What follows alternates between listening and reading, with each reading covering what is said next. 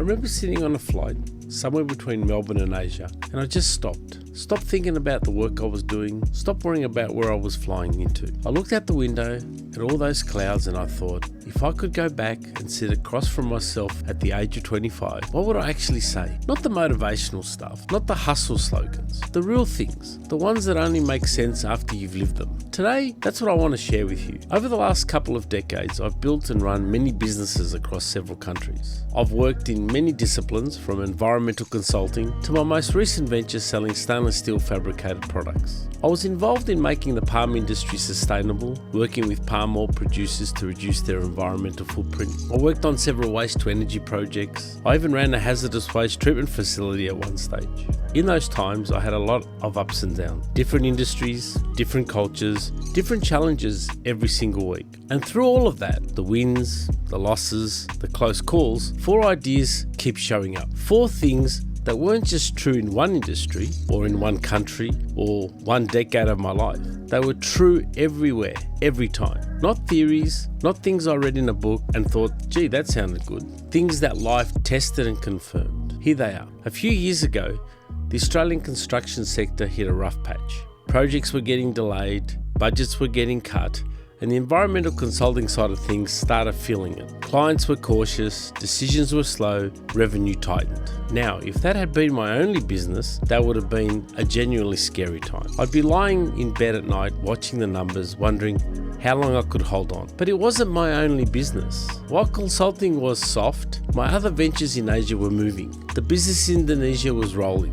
Different markets, different cycles, different momentum. The whole thing held together because no single part of it could take the whole thing down. That's what diversification actually means. It's not a finance buzzword. It's a structural decision that means no single wave, no single market crash, no single slow quarter can wipe you out completely. It works the same way with money. A diversified investment portfolio spreads across property, shares, business equity and cash. Doesn't mean you're trying to win everything at once. It means you're making sure you can never lose everything at once. But here's the thing most people miss. Diversification isn't just a business strategy or an investment strategy. It's a mindset. Think about your skills. If you only have one valuable skill and that skill becomes obsolete, what then? Think about your income. If all your money comes from one job, one client, one source, you're one decision away from being in trouble. Diversification equals resilience. The practical takeaway? Look at your life right now and ask, where am I dangerously concentrated? Is it all in one job, all in one asset, all in one skill set? Pick one area, just one, and start building something alongside it. The strongest trees survive storms not because they're rigid, but because their roots go wide.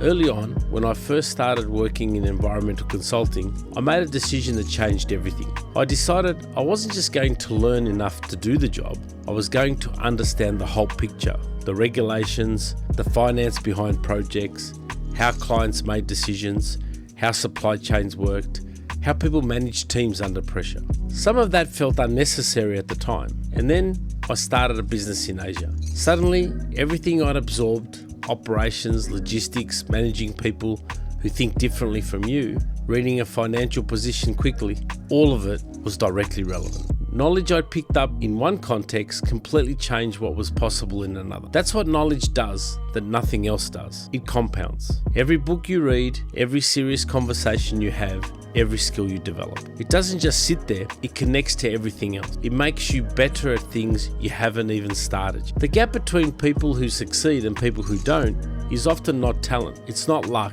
It's that the people who succeed never stop learning. The people I trust most, the people I promote, the people I partner with, they're always readers. They're always curious. They ask questions that reveal they've been thinking about things that aren't even part of their job description. 1 book a month, 1 deep, genuinely curious conversation a week, 1 new skill a year. Small, consistent investment in knowledge pays dividends for decades. Before I get into lesson 3, if you're finding this useful, it genuinely helps if you subscribe and hit the notification bell. I'll put out one of these every week, life, knowledge, productivity, and it's the kind of channel I wish I'd had access to when I was starting out.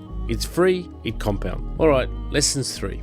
And this one might be the most important of all. When I launched the business in Indonesia, I didn't have it all figured out. I didn't have the full supply chain locked in. I didn't have the perfect team in place. I didn't have a guaranteed market. What I had was enough information to take the next step, and I took it. And then the step after that revealed what I needed to figure out next. If I had waited until everything was perfect, I'd still be waiting. Execution beats strategy every time. Our brains are wired to want certainty before we act. We want to plan more, research more, think more. We call it due diligence, but a lot of the time it's fear. And what we lose while we're overthinking is momentum. In health, you don't need the perfect program. You need to move, walk, kick a ball with your kids. Just do something. Action builds momentum. In relationships, you don't maintain them with good intentions. You maintain them with action. Call the friend, show up, be present with your kids. I've never once looked back on a decision and thought, I really should have waited longer to start that. But I have looked back and thought, why did I wait so long? Done is better than perfect. The practical takeaway, pick one thing you've been overthinking, give yourself 48 hours just to take one concrete step. Send the email, make the call, start the draft. Because the clarity you're waiting for very rarely comes before the action. It almost always comes after. Mark Twain supposedly said, buy land, they're not making any more of it. Now, I don't know if Twain actually said that, but I know it's true. The amount of land on this planet is fixed. The number of people who want to live near good cities, good schools, good opportunities, that keeps growing. That's not a fad, that's not a market cycle, that's mathematics. I grew up watching my parents work hard to own their home, and I understand now what that actually meant. Not just as a roof over their heads, but as a decision to remove the biggest recurring expense in their lives and replace it with something that grew in value over time. My own property here in Australia has been one of the most stabilising things in my family's financial life. Think in generations, not just decades. I want to say something about the mortgage because I know a lot of people are scared of it. I know it affected the way I lived my life for several years and almost brought me down. But here's what I've observed. The people who were terrified of the mortgage and never bought, they often paid rent for decades and ended up with nothing. The people who pushed through, even when it stretched them, they ended up owning an appreciating asset that transformed their family's financial position. Don't be afraid of the mortgage. The value of the asset almost always outpaces the cost of the debt over a period of time. And think beyond yourself. A house is a good location today could be worth 5-10 times more in a generation. What you build and own now isn't just for your decade, it's for your kids' decade and maybe their kids' decade after that. Think in generations. The practical takeaway, if you don't own property yet, make it a goal. Talk to a mortgage broker, understand the numbers, give yourself a clear timeline. Own your ground, because someone else always will if you don't. They're all long games.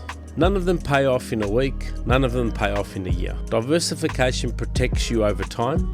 Knowledge compounds over time, action builds momentum over time, property appreciates over time. The person who wins is not always the smartest or the most talented. It's the person who plays long, who's still in the game when everyone else has given up. I'm not standing here telling you I had all this figured out at the start. I didn't. I made expensive mistakes. I moved too slow on some things and too fast on others. I lost money on investments. I learned from difficult people, but I kept playing. You're challenged for tonight. Pick one of these 4 lessons, just one, the one that hit closest to home for you, and ask yourself, what is one thing I can do this week? Not perfectly, not completely, but one genuine step in that direction. Write it down, say it out loud, tell someone, because the moment you give it to the world, it starts to become real. You don't need to overhaul your life. You just need to keep the ball moving forward. On this channel, I break down one life skill every week so you can build a better life, one conversation, one habit,